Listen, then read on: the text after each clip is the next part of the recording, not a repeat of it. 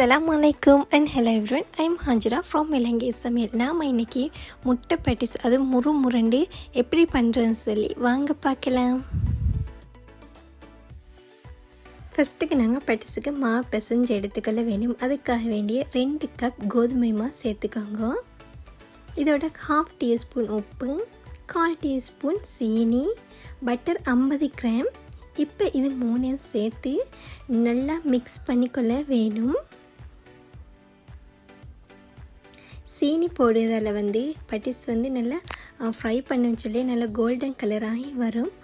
Butter போடு நல்லா கிறிஸ்பியாக எங்கிட்ட பட்டிஸ் நல்லா முருண்டு இருக்கும். பட்டர் சேர்க்கத்தால அதோடு நல்லா சில்லண்டிக்கு ஐஸ் தண்ணி சேர்க்கத்தாலும் நல்லா பட்டிஸ் எங்களுக்கு ரொம்பவும் சாஃப்டாகவும் நல்லா முருன்னு கிடைக்கிறேன்.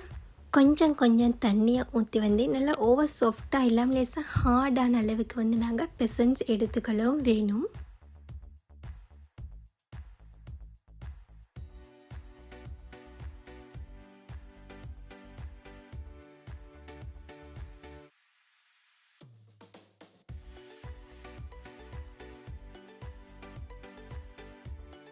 இதே போல் தான் பட்டிஸுக்கு மாவு பிசைஞ்சு எடுத்துக்கணும். ரொம்பவும் சாஃப்டாக பிசைஞ்சு எடுத்துக்கொள்கிறோம், இல்லை ரொம்பவும் ஹார்டாக இல்லாமல் இருக்கவும் வேணும். இது மாதிரி பிசைஞ்சு எடுத்ததுக்கு அப்புறமா நாங்கள் இதை ஒரு 1/2 hour வைக்க வேணும். எகெயின் நாங்கள் இப்போ பட்டிஸ்க்கு ஃபில்லிங் பண்ணி எடுத்துக்கொள்ள வேணும்.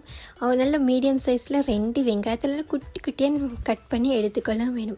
அண்ட் மீடியம் சைஸில் 2 கிழங்கு அவிச்சு எடுத்த கிழங்கு, உப்பு, மஞ்சள் எல்லாம் போட்டு அதை நான் அவிச்சு எடுத்த கிழங்கு இது மாதிரி குட்டி குட்டி பீசஸாக கட் பண்ணி எடுத்திருக்கேன். இதோட 2 கைப்பிடி அளவு லீக்ஸ்ட இலையை எடுத்துக்கொள்ள வேணும். அண்ட் இப்போ ஒரு பேனில் நான் ஃபார்ம் ஆயில் சேர்த்துக்கொள்கிறேன். ஒரு 4 டேபிள் ஸ்பூன் சேர்த்துக்கொள்ளணும். நல்லா எண்ணெய் கொதித்து வரும் பொழுது 1/4 டீஸ்பூன் அளவு கடுகு சேர்த்துக்கொள்ளுங்க. இப்போ கடுகு வெடிக்க ஸ்டார்ட் ஆனது நாங்கள் இதோட 1 டீஸ்பூன் இஞ்சி பூண்டு சேர்த்துக்கொள்ளணும். அண்ட் இதை நாங்கள் தட்டி தான் சேர்த்துக்கொள்ளவும் வேணும். அப்போ தான் இன்னும் டேஸ்ட்டாக இருக்கும். இதோட ஒரு 2-3 கொத்து கருவேப்பிலையும் நல்லா குட்டியாக கட் பண்ணி சேர்த்துருக்கேன். இதோட 3-4 பச்சை கொச்சிக்கையும் சேர்த்துக்கொள்ளுங்க. அண்ட் இப்போ அதெல்லாம் கோல்டன் கலர் ஆகி வந்ததும் இதோட நாங்கள் இப்போ வெங்காயத்தை சேர்த்துக்கொள்ளுங்க. எண்ணெயில் நல்லா மிக்ஸ் ஆக அளவுக்கு வெங்காயத்தை இது போல் மிக்ஸ் பண்ணி எடுத்துக்கோங்க. இப்போ இதோடு நாங்கள் மசாலா சேர்த்துக்கலாம். 1/4 டீஸ்பூன் மஞ்சள் தூள், 1 டேபிள் ஸ்பூன் துண்டு கொச்சிக்காய், 1/2 டீஸ்பூன் மிளகுத்தூள், 1/2 டீஸ்பூன் உப்புத்தூள் சேர்த்து இப்போ இதை நாங்கள் மிக்ஸ் பண்ணி எடுத்துக்கொள்ளணும். இது போல் நல்லா வெங்காயம் வெந்து வர தேவையில்லை, ஓரளவு வெந்தாலே கரெக்டாக இருக்கும். இப்போ வெங்காயம் இருந்ததையும் விட நல்லா வெந்து ஓரளவு வெந்து பாதியாகி வந்திருக்கும் போதே நாங்கள் இதோட லீக்ஸை சேர்த்துக்கிறோம். லீக்ஸை சேர்த்து நல்லா வெங்காயத்தோட நல்லா லீக்ஸும் மிக்ஸ் ஆகலை. மிக்ஸ் பண்ணதுக்கு அப்புறமா ஸ்டவ்வை ஆஃப் பண்ணிக்கொள்ளவும் வேணும். இப்போ நாங்கள் இதோட கிழங்கு அவிச்செடுத்த கிழங்கையும் இதோட சேர்த்துக்கொண்டு இதே நல்லா மிக்ஸ் பண்ணி எடுத்துக்கோங்க.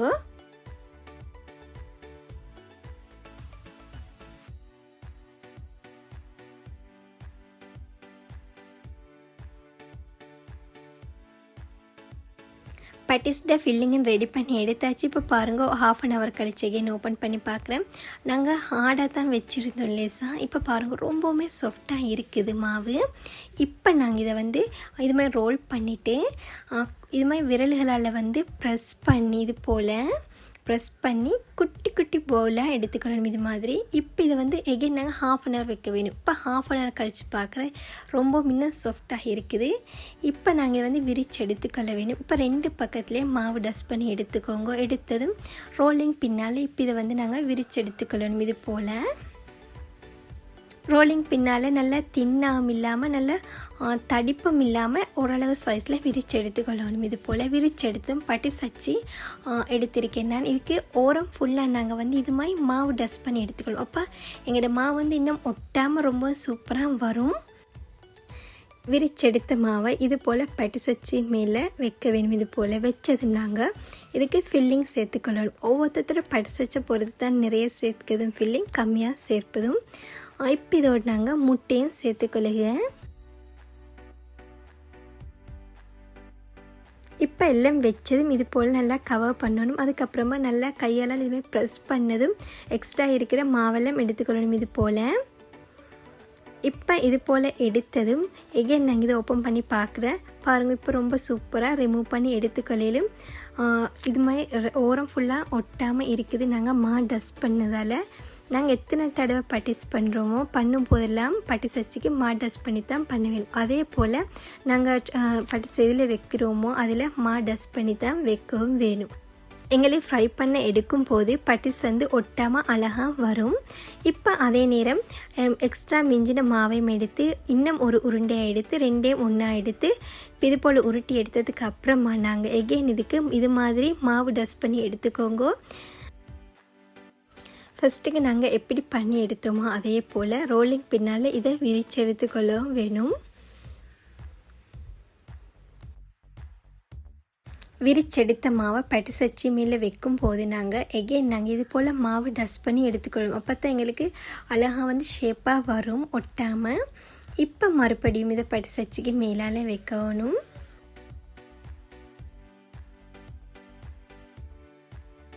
இதோட ஃபில்லிங்கை சேர்த்துக்கொள்ளணும். அண்ட் இதோட நான் முட்டையும் சேர்த்துக்கொள்ளுக. நான் ஒரு முட்டையை 6ஆக கட் பண்ணி தான் ஒரு பீசஸாக பட்டிஸுக்கு சேர்த்துக்கொள்ளுக. அண்ட் இப்போ இது நாங்கள் நல்லா ப்ரெஸ் பண்ணி கைகளால் இது மாதிரி எக்ஸ்ட்ரா இருக்கிற மாவை எடுத்ததும் நல்லா ப்ரெஸ் பண்ணால் மட்டும்தான் எங்களோட பட்டிஸ் விரியாமல் அழகாக வரும்.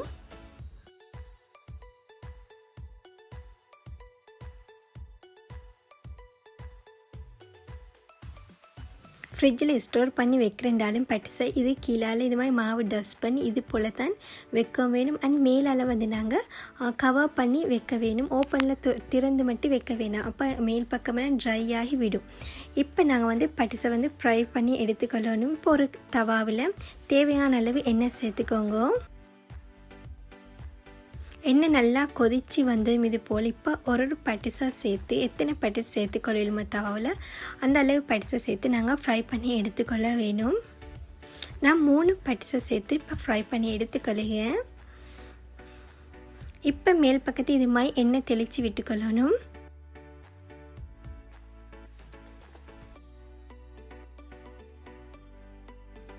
இப்போ கீழ்ப்பக்கம் கோல்டன் கலராகி வரும் பொழுது நாங்கள் இதை திருப்பி விட்டுக்கொள்ளணும்.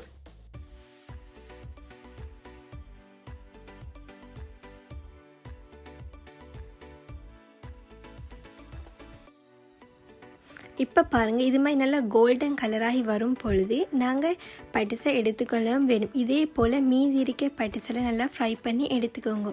இப்போ ஃப்ரை பண்ணி எடுத்த பட்டிஸை இது மாதிரி ஸ்டைனரில் தான் சேர்த்துக்கொள்ளணும். இப்போ நல்லா எண்ணெயெல்லாம் கீழே இறங்கி வரும், ரொம்ப சூப்பராக.